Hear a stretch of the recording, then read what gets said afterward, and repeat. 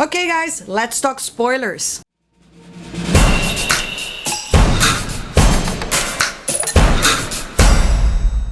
What's up everybody, today I'm here to review Endgame, and this will be a video filled with spoilers. And trust me, if you haven't had a chance to see the film yet, you do not want to hear any spoilers. You want to go fresh and have your own reaction to the film. But you have been warned, this is a spoiler filled review. A lot of spoilers here. So let's talk about Endgame. Oh my god. First and foremost, I said it on my non-spoiler review that the feeling I have after watching the film is bittersweet. And the reason why it's bittersweet, it's because, well, we indeed have had to say goodbye to a few characters. All of us knew that this was coming. But it's still hard, you know, after you leave the theater, oh my god, can I picture another movie without Tony Stark, you know, Iron Man, such a beloved character? Can I picture a film without Captain America? It's hard. So that's, but at the same time, I think that the way that the Russo brothers wrapped their story was satisfying enough, you know. You never want to see a character die, of course. I think that it was incredible that it was Tony Stark that ended Thanos, and it really pays off. According to Infinity War, you know, the reason why Doctor Strange kept Tony Stark alive, it was because he was the one that was going to end it all, and that's exactly what happened. First, it was his own mind. It was because of him that they were able to do the whole time travel thing. And second, he was the one that was able to do the snap at the very end.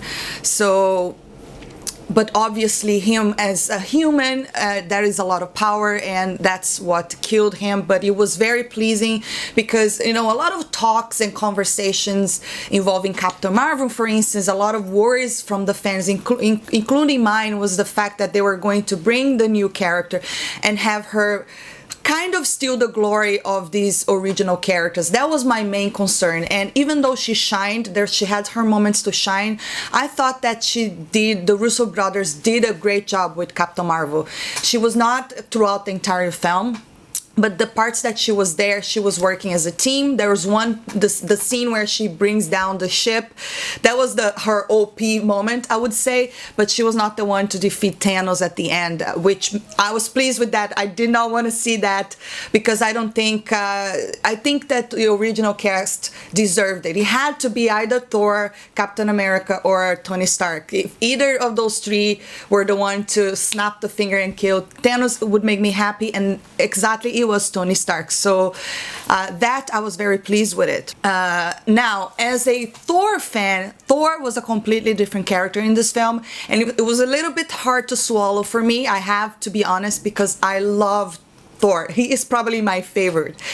And I love to see him OP and doing all these crazy things, but if you really think about the logic of what happened and how he's dealing with it, I totally understand why they made depressed Thor and make him, let's say, kind of big. We know Chris is nothing like that, you know, he's actually super fit, but he's pretty big in this film. And because he was definitely depressed, and obviously because he blames himself. If he had gone for the head in Infinity War, perhaps none of this would have happened. So he kind of brings that blame into him. And even though moment of the film he mentions, I'm the strongest Avenger, I should do it, Tony Stark said, you're not in no condition right now. So even though I think physically he might as well be the strongest one, but mentally we can totally tell that at this movie he's still dealing with a lot of stuff. I mean, he not only lost Asgard, you know, now is the new Asgard, right? He lost so many of his people, you know, he lost his brother, he lost Jane, you know, oh my god, what else can he lose? You know, he doesn't have his family. He's dealing with a lot, so it makes sense that he would be depressed. Thor, it was hard for me to see him like that. I really wanted to see him, come on, shave that beard, go back to your, you know, your better self. But I believe that the way that they ended this film, Thor is the one character there we will be seeing again for sure. We're definitely going to be seeing, it implies that we're going to see him in the new galaxy of Guardians of the Galaxy, which will be an incredible and funny mix. I really love funny Thor, and I really love serious Thor, you know, when he means business, and I really want to see that back again. So But yeah, it was hard for me to see him so depressed. I kind of wanted to be there and give him a hug and tell him everything is gonna be okay. But anyways, another moment in this film that I thought it was incredible, and it's also from the comics, is Captain American is able to hold up, lift Thor's hammer, and that was incredible, because that implies that he's worthy. And I like when Thor goes, yes, I knew he was worthy, and that was pretty cool. Captain America was incredible in this film. He really kicked it, you know. He was pretty, oh, he was amazing. But let's talk a little bit about the surprises. The surprises, one of the biggest thing for me is that Scarlett Johansson, you know, Black Widow, is the one that dies very, not early, but like midway to the film. And I shed a tear. She is one of my favorite, and it was hard to not see her in a final battle. I had to be honest. And well, the way that they made that scene between her and Hawkeye, I was like this. I was like, oh my god, at first I thought it was gonna be Hawkeye. I said, he's gonna be Hawkeye. And then they like fighting at each other, and they're, oh my goodness. And then at the end, it is her. Yes, I did not see that coming. I thought that he was the one that was going to die, but you know, she probably was thinking he has a family to go back to. I don't know. It's very hard for you to pick, but I did not want to see her die. And apparently this is it. You know, like I said, if they undo the events from this film, it's just gonna make it not mean it as much. So even though I want to see her back, there's talk about her own film. I don't know how could they pull that off. It's probably gonna be on a different timeline, maybe, because if they undo this, it's just, it becomes kind of like there's no meaning to it. And this film really felt like the end. They really wrapped up of these 10 years, and now it's just a new chapter, you know. And I don't know, perhaps who will be leading now. It seems to imply that it will be Captain Marvel, but she's very absent in this film. She's not really working with the team as much. She appears at the beginning, right? She helps hold Thanos, and then she appears at the very end, but then she's not really part of this film. So it will be weird to see her leading the next one, if there is such things as another Avengers film. I don't know what they're gonna do yet. But now we have Old Man Cap, right? I think that the whole way that he came back, it's a little bit confusing still. I need to watch it again. If you guys understood how he was able to do that, because I'm still a little bit lost, like how he was, anyways, but yeah, I'll get there. So those were kind of the bittersweet moments, that Captain America's no more, but he didn't die, but he kind of have a happy ending. He lived his entire life happy with Peggy, which is great. You know, that's what we want for our heroes. Unfortunately, Tony Stark did kind of sacrifice himself for the greater good. And Scarlett Johansson, you know, Black Widow, Natasha, she also sacrificed herself for the greater good, which was very sad. But Hawkeye he was pretty awesome in this film. He was kind of an assassin earlier, but he got to see his family back again. Thor was very different, but oh my god, let's talk about the end battle. The end battle was very epic. Like, what, I was like, I didn't even know where to look, and I think they did such a good job at really showing what's going on. I think my favorite part was first when I saw Thor with both Stormbreaker and the hammer, and he was using both, and it was just so cool. And I think they slimmed him down for that scene a little bit. He was not as big as he was before, and I really enjoy when his eyes start lighting up like that. I was just, oh my god, I just want to see him doing something really cool and use both of it. And that moment where we see the hammer going up and then Captain America picks it up, the entire theater was like, woo woo! It was a really cool moment. I loved it. I loved it. It was like, we all know that he's worthy, and but I just really hope that Thor gets back on his feet now. You know, he gave it away, his kingdom now, to Tessa. Tess is her real name. What is her name? Valkyrie. Valkyrie in the movie.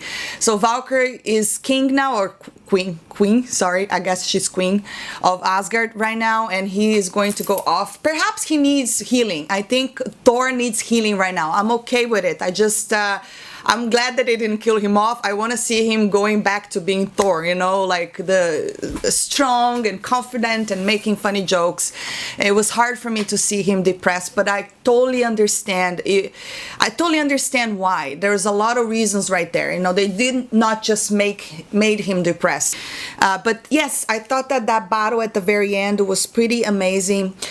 Thanos does not shine in this film, and let's all agree that's because it's not Thanos' film. It is not his film. This is about Tony Stark and Captain America. I felt that this movie focused a lot on them, from, you know, if you really think about it, because those are the two characters that their arcs were complete. The other characters, we probably are going to see them back again, and it was really incredible seeing everyone coming back, you know, when they snap it back again. That was pretty cool. I enjoyed that very much. The whole theater that was a scene as well that everyone was screaming because, oh my god, seeing Spider-Man embracing Tony Stark, it was such an emotional moment. I shed a tear. Visual effects were incredible. I think Ant-Man played a very, very key role in this film. You know, of course, the whole thing about them even finding out about the quantum realm is because of Ant-Man. So he's very key in this film, and he does a great job. I think Paul Rudd, it's a really funny character, and he has great chemistry with the other cast members as well. The Captain Marvel, like I mentioned earlier, she's not a lot in this film, but I think that she was good on the moments that she showed up. I think that she was way more likable in this film than she was in her own film for some reason. I didn't think that they used her to overshine the other characters, which was my main concern. I didn't really want her to be, you know, there was one moment where she does destroy the ship, which is, if you look back as Infinity War, it's kind of the same moment that Thor has when Thor goes in a Wakanda and he just like appears and he does like this, and then so many people, you know, he destroys a bunch of people. So she kind of have a moment like that, but that's kind of it. And then she does have a face-to-face fight with Thanos, but he defeats her. He's able to defeat her using one of the Infinity Stones, and it was people were actually laughing when that happened. I don't even know why people laughed. I was like, ooh. So I thought that it was very, I would say, tasteful. It was in good taste that they used Captain Marvel to work as a team. As far as pacing, this film is very different than Infinity War. It's very slow paced at the very beginning. The first hour is kind of slow. I think this is a movie that hardcore Marvel fans will appreciate more than just the occasional moviegoer. I think the occasional moviegoer is just going to this film to really see action and punching, but people that are really invested in these characters and the Marvel universe, I think they will appreciate this film even more, you know, than the occasional moviegoer. But there were a few flaws, and there are a few questions. Like, for instance, I'm still kind of trying to understand how this Captain America was able to come back his older self like that. I think that was a little bit confusing. Also, Nebula knew about the Soul Stone. She had an idea what the Soul Stone would do, but she didn't tell the Avengers. It would make everything much harder, because then they would have to choose someone to go and die. But when Scarlett, you know, I keep calling her Scarlett Johansson, but you know, Black Widow gets there with Hawkeye, and it's like they didn't know that they had to do that, and it was a surprise, but they could, I don't know. It was weird to me. In my mind, I kept thinking, why didn't Nebula say anything? She knew. I mean, that's why Gamora died.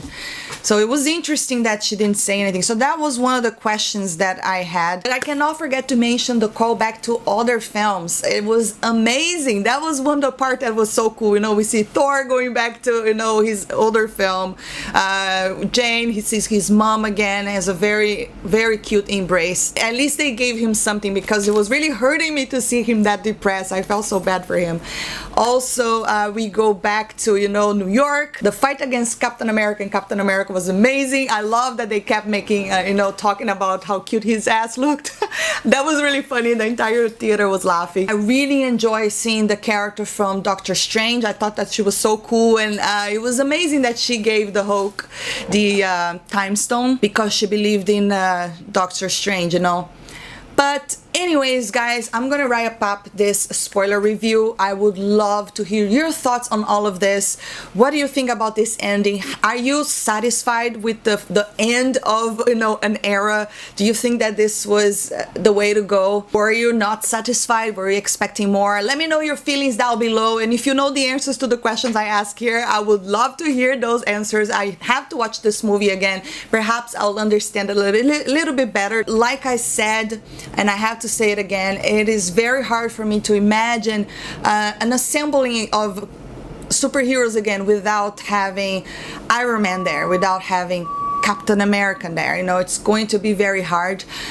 But this is indeed the end. This movie doesn't even have end credit scenes, but if you stayed at the very end, there is a very distinct sound that some people were saying perhaps that is the end credit scene. It's kind of iron, someone hitting on iron, and I don't know if that was something about Iron Man or something to do with Thor. At first I thought it's Thor doing something with his hammer, but I don't know.